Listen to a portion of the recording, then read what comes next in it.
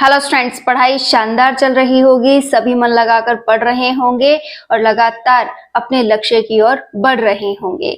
आज हम डिस्कस करने वाले हैं एक ऐसी स्ट्रैटेजी जिससे हम first paper and second paper दोनों में बहुत अच्छा स्कोर कर सकते हैं। होता है ना कि कई स्टूडेंट्स का क्या है, सेकंड पेपर स्ट्रॉन्ग है, वो सेकंड पेपर अपना सब्जेक्ट का होने की वजह से बहुत अच्छा कर लेते हैं, लेकिन फर्स्ट पेपर में उन्हें इतना अच्छा स्कोर नहीं मिल पाता, या मैं कहूँ कि हम वो जो स्कोर है मतलब 40% क्रॉस करना है उसे नहीं कर पाते हैं। तो अब इस लास्ट समय में, इस अंतिम महीने में हम ऐसा क्या करें, क्योंकि जून को गिनना तो हमारी गलती होगी। जून में तो हम क्या करेंगे, वो बचे हुए टॉपिक्स या फिर हम प्रैक्टिस या फिर हम कहें कि उसको तो हम बहुत अलग तरीके से यूज करने वाले हैं। तो हमारे सामने तो अभी एक महीना ही पेंडिंग है। इस एक महीने में हम हमारे इन दोनों पेपर्स में क्या स्ट्रेटजी अपनाएं जिससे कि ये दोनों बहुत अच्छे से क्लियर हो जाए। आज मैं आपको फर्स्ट पेपर की एक ऐसी स्ट्रेटजी बताने वाली हूं जिससे आप बहुत अच्छा स्कोर कर सकते हैं और अपने इंपॉर्टेंट टॉपिक को प्राथमिकता देते हुए आगे बढ़ सकते हैं। देखिए, अगर आपने सिलेबस कर लिया है तो बहुत अच्छा, और अगर अभी तक आपका सिलेबस पूरा नहीं हुआ था तो भी आप इस स्ट्रेटजी को फॉलो कर सकते हैं और इससे आप भी आपके फर्स्ट पेपर को स्ट्रॉन्ग बना सकते हैं। देखिए, मैंने जो मेहनत की है आज मैं उसी से कुछ पॉइंट्स आपके साथ शेयर करने वाली हूँ। मैंने पुराने पेपर्स की जब एनालिसिस की थी, उन्हें पूरी तरह से मतलब निचोड़ लिया था उनका कि हाँ, कौन से क्वेश्चंस ज्यादा पूछे गए हैं, किस टॉपिक पर अधिक क्वेश्चंस पूछे गए हैं, क्वेश्चन आखिर किस तरीके से बन रहे हैं। आज मैं आपको उसी से रिलेटेड कुछ ऐसे इंपॉर्टेंट टॉपिक सजेस्ट करूंगी। सारे एक साथ तो नहीं हो पाएंगे, हम हर एक वीडियो में थोड़े थोड़े टॉपिक्स को शेयर करेंगे और उसके ऊपर काम करेंगे। देखिए, आज का जो वीडियो होगा इसमें भी मैं आपको कुछ इंपॉर्टेंट टॉपिक्स बताऊंगी जिनका आपको मैं टारगेट देती हूँ कि मुझसे जो भी स्टूडेंट्स जुड़े हैं वो इस टारगेट को पूरा करें और नेक्स्ट वीडियो में उन्हें नेक्स्ट टारगेट दिया जाएगा कि हाँ, आप ये इंपॉर्टेंट टॉपिक्स अब तक आपको कंप्लीट करने होंगे। जैसे मैं आज आपको हिस्ट्री के टारगेट्स देने वाली हूँ कि हिस्ट्री के ये टॉपिक्स अगर आपने पढ़ लिए हैं तो भी अच्छा, और अगर आपने हिस्ट्री को ज्यादा अभी महत्व नहीं दिया है या हिस्ट्री आप नहीं कर पाए हो तो भी आपको ये दोनों टॉपिक्स क्लियर करने ही होंगे। पहला टॉपिक आपके लिए रहने वाला है राजस्थान का एकीकरण, ठीक है, और दूसरा टॉपिक आपके लिए रहने वाला है प्रजामंडल आंदोलन। ये दो टॉपिक ऐसे हैं जिनसे कई बार क्वेश्चंस पूछे गए हैं, चाहे आप 2022 के क्वेश्चंस पेपर देख लीजिए या फिर 2018 के देख लीजिए या फिर उससे भी पहले के क्वेश्चन पेपर्स देख लीजिए।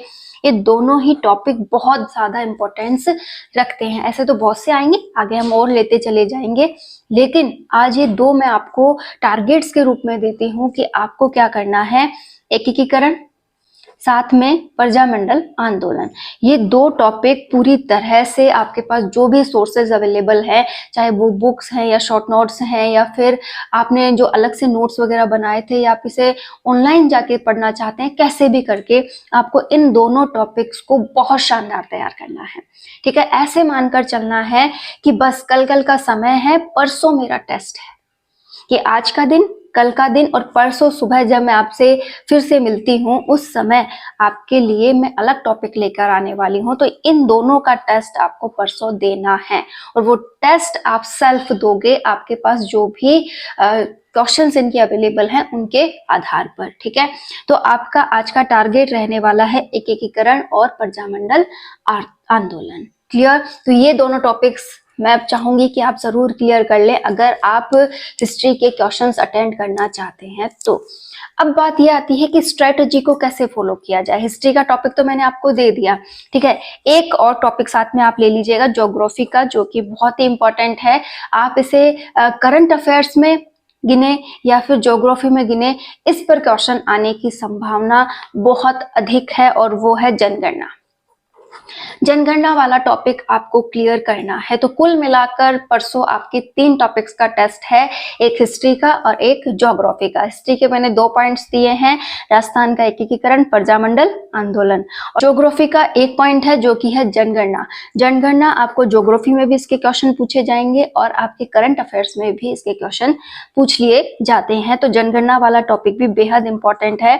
इन 3 टॉपिक का आपको परसों सेल्फ टेस्ट देना है। आप आपके ऊपर ये प्रेशर है कि आप इन्हें क्लियर करें, किसी भी हाल में करें, कैसे भी समय निकालें, ये 3 टॉपिक आपके क्लियर हो जाने चाहिए। और साथ में आप अपने सब्जेक्ट का कौन सा टॉपिक लेते हैं वो भी आप देख लीजिएगा। इससे आपके अंदर एक कर्मबद्धता आएगी कि हाँ, मुझे ये टॉपिक्स क्लियर करने हैं, फिर नेक्स्ट मेरे पास और टॉपिक्स आएंगे, फिर और आने वाले हैं। देखिए, ये टॉपिक्स जो मैं आपको सजेस्ट कर रही हूँ, ये वो टॉपिक्स रहने वाले हैं जो कि पुराने पेपर्स में पूछे गए हैं और इन पर बहुत अधिक क्वेश्चंस बनते हैं। अब टोटली स्ट्रेटजी की मैं बात करूं तो हमारा टारगेट ये रहने वाला है कि जो भी पॉइंट्स हैं, ठीक है, उन्हें हम बहुत अच्छे से क्लियर कर लें। जो भी इंपॉर्टेंट टॉपिक्स जो कि आए हुए हैं एग्जाम्स में, हमने उन्हें छांटा है, तो वो टॉपिक्स अगर हम पहले क्लियर कर लेते हैं तो हम भी टॉपर्स लिस्ट में आ सकते हैं। अब आप कहेंगे कि टॉपर्स तो बहुत कम बच्चे बनते हैं, हम तो केवल पास हो जाए तो ही ठीक है। लेकिन देखिए, एक बात हमेशा ध्यान रखिएगा, हम अगर कुछ बड़ा टारगेट लेकर चलते हैं तो अगर हम उस टारगेट तक भी ना पहुंचे तो हम कहीं तो पहुंचते हैं। आपने सुना भी होगा कि खजूर से जो गिरता है वो झाड़ पे अटक जाएगा, ठीक है, लेकिन जिसने कल्पना ही झाड़ की हो, झाड़ को ही पाना चाहा हो, तो वो तो जमीन पे गिरेगा, ठीक है। तो हम केवल पास होने की उम्मीद क्यों करें, ठीक है। हमें ऊपर की सोच रखनी है कि हाँ, हम खजूर की कल्पना करेंगे, हम ऊपर की सोच लेकर चलेंगे कि हाँ, मुझे बहुत अच्छा स्कोर करना है। तब अगर हमारे थोड़े नंबर कम भी हो जाए तो भी हम एग्जाम तो क्लियर कर पाए। ऐसे ही मानसिकता के साथ हमें आगे बढ़ना है और हमारे टारगेट्स को कंप्लीट करना है। अब जो टारगेट्स मैंने आपको दिए हैं, आप इन्हें जब कंप्लीट करेंगे तो आपको बहुत अच्छा समय लग जाएगा अगर आपने पहले से नहीं पढ़ा है तो। और अगर पहले पढ़ लिया है तो आपसे इतना कहना चाहूंगी, फिर से रिवाइज कीजिएगा, फिर से अच्छी से प्रैक्टिस कीजिएगा और फिर अपने आप को टेस्ट दीजिएगा कि हाँ, ये टॉपिक्स कितने अच्छे से मेरे तैयार हैं, ठीक है। अब आगे बढ़ते हैं। तो स्ट्रेटजी में आपको कुछ बातें और अपनानी होगी। देखिए, एक अगर आप कहाँ भी बैठ के पढ़ते हैं, जैसे आप रूम में नीचे या फिर आप कहीं पर भी बाहर वगैरह कहीं पर भी बैठ के पढ़ते हैं, आप कुछ दिनों के लिए अब रेगुलर टेबल चेयर का प्रयोग करें। अब वो चेयर आपके घर में यूज की जाने वाली चेयर भी हो सकती है।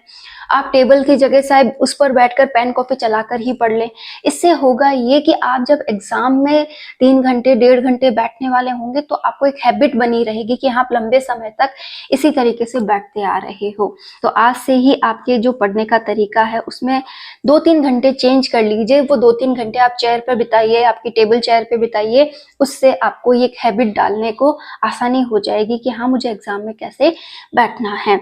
स्ट्रेटजी का कुछ ऐसा रहने वाला है कि हिस्ट्री आपको प्रायोरिटी के साथ सॉल्व करनी होगी, ज्योग्राफी कर लीजिएगा, साइकोलॉजी कर लीजिए, साथ ही साथ फर्स्ट पेपर की बात कर रहे हैं हम, तो साथ ही साथ आपको स्कूल मैनेजमेंट सॉल्व करना है। करंट अफेयर्स अगर आप रेगुलर पढ़ रहे थे तो बहुत अच्छा, और अगर अब सोचा है कि मुझे करंट अफेयर पढ़ना है तो अब एक आप करंट अफेयर की बुक ले आइए और उसे रेगुलर पढ़ना स्टार्ट कर दीजिए। जितनी बार भी आप उस बुक की रीडिंग लगा पाए उतना ही कम होगा। तो अगर आपने करंट अफेयर्स की बुक अब खरीद ली है तो उसकी रेगुलरिटी में रीडिंग लगाना स्टार्ट कर दीजिए। मैं तो आपको टॉपिक देने ही वाली हूं, लेकिन फिर भी आप अपनी तरफ से भी बहुत अच्छे तैयारी को समय दीजिए, जिसमें आप जो भी पेंडिंग रह गया, जैसे पॉलिटी रह गया, साथ ही साथ साइकोलॉजी रह गया, एजुकेशन मैनेजमेंट रह गया, आईसीटी रह गया, अपना सेकंड पेपर रह गया, ये आपकी खुद की जिम्मेदारी होगी, ठीक है। तो इन पर भी आप काम करते रहिए। आप एक साथ कितने टॉपिक्स अटेंड करते हैं, कितने पेपर्स स्टार्ट कर रखे हैं आपने, वो आप पे डिपेंड करता है, ठीक है। मैंने रिवीजन में अभी मात्र 3 टॉपिक से स्टार्ट कर रखे हैं, हिस्ट्री, ज्योग्राफी और अपना सब्जेक्ट। आपने क्या कॉम्बिनेशन बना रखा है वो आप पे डिपेंड करेगा। ये 3 कंप्लीट होने के बाद मैं 3 अदर टॉपिक्स का रिवीजन करूंगी, फिर उसके बाद 3 अदर का। इससे क्या होता है, एक बर्डन सा नहीं रहता और रिवीजन में भी क्लियरिटी रहती है कि कौन से टॉपिक्स का रिवीजन हो रहा है और कौन से का नहीं। और आप अगर एक्स्ट्रा पेपर्स लेकर सॉल्व कर रहे हैं तो आप वो भी कर सकते हैं, आपकी खुद की कैपेसिटी पे वो डिपेंड करने वाला है। जो टॉपर्स होते हैं वो बस अपने काम को बहुत शानदार तरीके से करते हैं, तो हमें भी वो तरीका अपनाना है, अपने आप को इस पढ़ाई को समर्पित करना है, अपने आप को पूरी तरह से यहाँ पर केंद्रित करना है। बात यही आती है कि हम अब समय भी निकाल रहे हैं, हम पढ़ने भी बैठ रहे हैं, लेकिन हमारा आउटपुट कम आ रहा है। कहने का अर्थ ये होगा कि हमने एक टॉपिक को पढ़ा, उसी में 3-4 घंटे लगा दिए। अगर हम पूरी तरह से फोकस होते तो वो टॉपिक बहुत जल्दी खींच सकता था, ठीक है। तो वो फोकस हमें यहाँ लाना होगा, और फोकस कब आएगा? जब अंदर से जिम्मेदारी आएगी, अंदर से मोटिवेशन आएगा कि तुझे करना है, तुझे करना ही होगा, तुझे इस बार सिलेक्शन लेना ही होगा, ये प्रयास तेरा अंतिम प्रयास होना चाहिए। बार बार ये घसी पिटी लाइफ तुझे नहीं जीनी, बार बार तुझे ये तोड़ नहीं जीनी, बार बार तुझे ये मेहनत नहीं करनी पड़े, इसलिए एक बार शानदार मेहनत कर। तो इस बार हम बहुत अच्छी मेहनत करने वाले हैं। हमें एक पॉइंट पे काम करना होगा कि आज का जो टारगेट है वो आज ही पूरा हो, हमें आज के दिन में ही जीना है कि हाँ, आज का जो भी टारगेट है मैं कंप्लीट करूंगा, कल मेरा क्या डिसीजन है वो अलग होगा, लेकिन आज जो भी हमने सोचा है उसे कंप्लीट करना है, आज पे विश्वास करना है, आज में ही जीना है। कहने का अर्थ है कि ये नहीं सोचना है कि एग्जाम में मेरा क्या होने वाला है, मैं फेल होऊंगा या पास होऊंगा, मेरा निकलेगा या नहीं निकलेगा, या फिर मैं कैसे उसके लिए तैयार हूं या नहीं हूं, मुझे कुछ याद भी आएगा या नहीं आएगा, मतलब ये सारी बातें आपको नहीं सोचनी है। तो आपको क्या करना है, बस आज का जो मेन टारगेट है उसे पूरा करना है। एक एक दिन हम अपने टारगेट्स पूरे करेंगे, रिवीजन करेंगे और प्रैक्टिस करेंगे, लास्ट तक हमारा यही रहने वाला है। हम ये नहीं सोचेंगे कि आगे क्या होगा, देखो जो होगा बहुत अच्छा होगा, उसके लिए हमें आज से परेशान नहीं होना। तैयारी हमारी मेन होती है, तैयारी जितनी शानदार होगी रिजल्ट भी उतना ही अच्छा आएगा।